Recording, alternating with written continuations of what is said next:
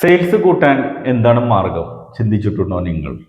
ഞാൻ പല സമയത്തും എൻ്റെ ടാർഗറ്റ്, എനിക്ക് കമ്പനി വരുന്ന ടാർഗറ്റ് അച്ചീവ് ചെയ്യാൻ ആദ്യം സാധിച്ചിരുന്നില്ല. ഞാൻ എൻ്റെ ജീവിതത്തിൽ അഥവാ എൻ്റെ ജോലി ഞാൻ ചെറിയൊരു മാറ്റം എടുത്തു. എന്താണെന്ന് വെച്ചാൽ, ഞാൻ വൈഡായിട്ട് എനിക്ക് ഡിസ്ട്രിബ്യൂഷൻ ഫേമിൽ ആണ് വർക്ക് വരുന്നത്. അപ്പൊ ഡിസ്ട്രിബ്യൂഷൻ ഫേമ് ഞാൻ എൻ്റെ സ്ട്രെങ്ത് കൂട്ടി.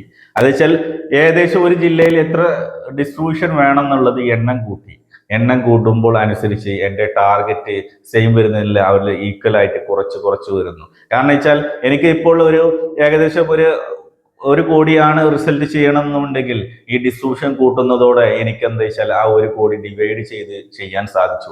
അത് കാരണത്താൽ എൻ്റെ ഡിസ്ട്രിബ്യൂഷൻ, എൻ്റെ ടാർഗറ്റ് എനിക്ക് സിമ്പിൾ ആയിട്ട് അച്ചീവ് ചെയ്യാൻ കഴിയാൻ സാധിച്ചു. അതുപോലെ തന്നെ നമ്മൾ എന്താണ് ചെയ്യേണ്ടത്? നമ്മൾ സെയിൽസ് കൂട്ടാൻ ഒരിക്കലും ഉള്ള കസ്റ്റമറെ വെച്ച് നമ്മൾ പ്രഷർ കൊടുത്തിട്ട് കാര്യമില്ല. പുതിയ കസ്റ്റമറെ കണ്ടെടുത്തി അവർക്ക് പ്രൊഡക്റ്റ് മനസ്സിലാക്കി കൊടുത്ത് അവരിലൂടെ നമ്മൾ സെയിൽസ് കൂട്ടാൻ സാധിക്കും. നമുക്കൊരു എക്സ്ട്രാ ഇൻസെന്റീവ് കിട്ടാൻ സാധിക്കും. അതുകൊണ്ട് ഈ നിലയിൽ എല്ലാവരും പ്രയത്നിക്കുക.